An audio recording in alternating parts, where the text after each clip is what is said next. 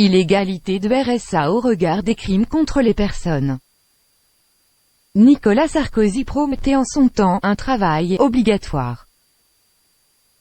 Ce type d'obligation est bien sûr interdit, puisque la France a signé les conventions internationales qui interdisent le travail forcé.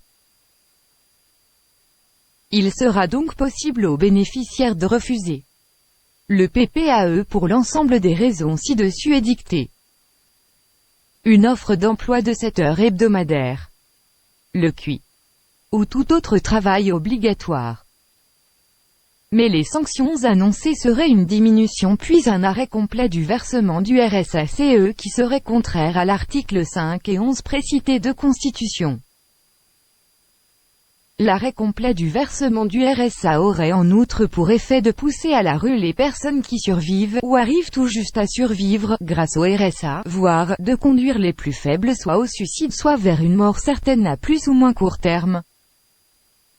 Le fait de proposer que toute personne sans emploi puisse être mise sous contrainte de travail forcé constitue donc une négation ouverte et patente de l'article 4 de la Convention européenne des droits de l'homme qui interdit l'esclavagisme et le travail forcé, celui-ci pouvant être défini comme étant un esclavage moderne, un travail forcé, sous la menace de sévices psychologiques et corporels, par la privation de moyens de subsistance. On parle généralement de travail forcé lorsque des personnes sont recrutées dans l'illégalité par des États, des partis politiques ou des particuliers, et forcées à travailler pour eux, pour des rémunérations faibles ou nulles et le plus souvent sous la menace de sévices ou d'autres punitions.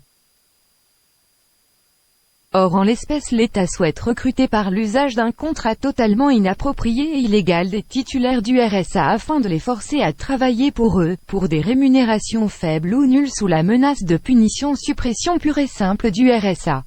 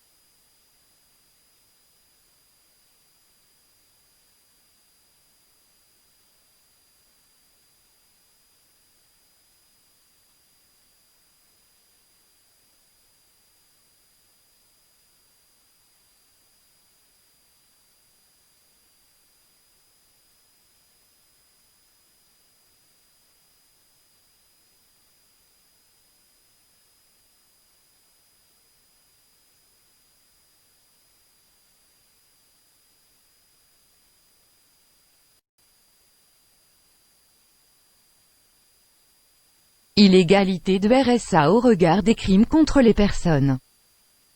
Nicolas Sarkozy promettait en son temps un travail obligatoire. Ce type d'obligation est bien sûr interdit, puisque la France a signé les conventions internationales qui interdisent le travail forcé. Il sera donc possible aux bénéficiaires de refuser le PPAE pour l'ensemble des raisons ci-dessus édictées. Une offre d'emploi de 7 heures hebdomadaires, le QI, ou tout autre travail obligatoire. Mais les sanctions annoncées seraient une diminution puis un arrêt complet du versement du RSA-CE qui serait contraire à l'article 5 et 11 précités de Constitution.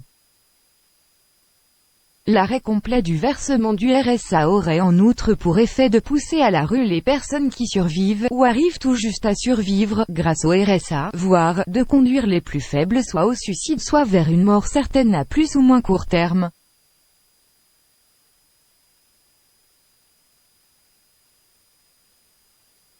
Le fait de proposer que toute personne sans emploi puisse être mise sous contrainte de travail forcé constitue donc une négation ouverte et patente de l'article 4 de la Convention européenne des droits de l'homme qui interdit l'esclavagisme et le travail forcé, celui-ci pouvant être défini comme étant un esclavage moderne, un travail forcé, sous la menace de sévices psychologiques et corporels, par la privation de moyens de subsistance. On parle généralement de travail forcé lorsque des personnes sont recrutées dans l'illégalité par des États, des partis politiques ou des particuliers, et forcées à travailler pour eux, pour des rémunérations faibles ou nulles et le plus souvent sous la menace de sévices ou d'autres punitions. Or en l'espèce l'État souhaite recruter par l'usage d'un contrat totalement inapproprié et illégal des titulaires du RSA afin de les forcer à travailler pour eux, pour des rémunérations faibles ou nulles sous la menace de punition suppression pure et simple du RSA. Difficile de ne pas trouver la sanction totalement disproportionnée et tout simplement illégale par rapport à la législation que la France a elle-même signée. Sanction tout aussi disproportionnée puisque le titulaire est déjà, d'une certaine manière, sanctionné durement par son exclusion même du marché du travail et par la recherche active du travail qu'il se doit de faire quotidiennement avec le peu de moyens qui lui est alloué.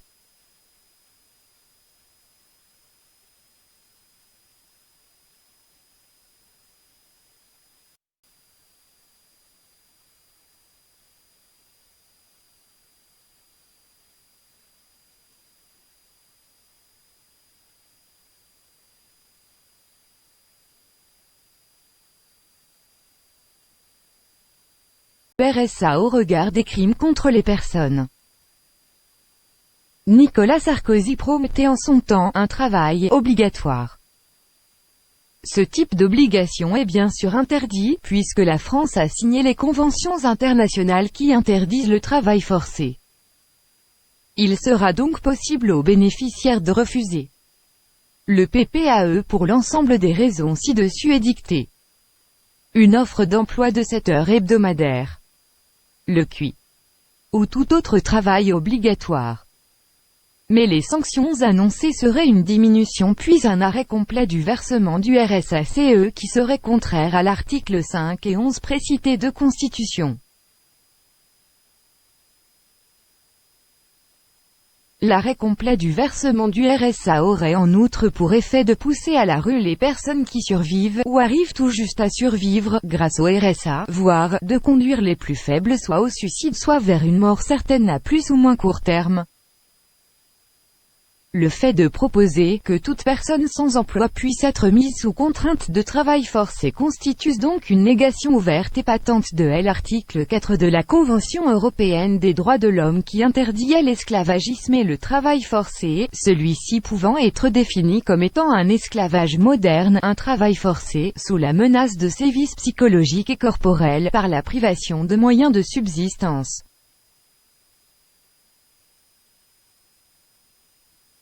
On parle généralement de travail forcé lorsque des personnes sont recrutées dans l'illégalité par des États, des partis politiques ou des particuliers, et forcées à travailler pour eux, pour des rémunérations faibles ou nulles et le plus souvent sous la menace de sévices ou d'autres punitions.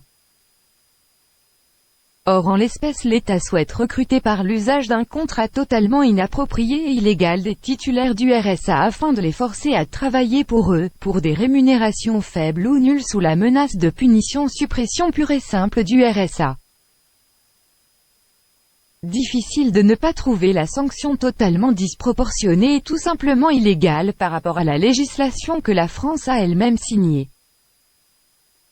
Sanction tout aussi disproportionnée puisque le titulaire est déjà, d'une certaine manière, sanctionné durement par son exclusion même du marché du travail et par la recherche active du travail qu'il se doit de faire quotidiennement avec le peu de moyens qui lui est alloué.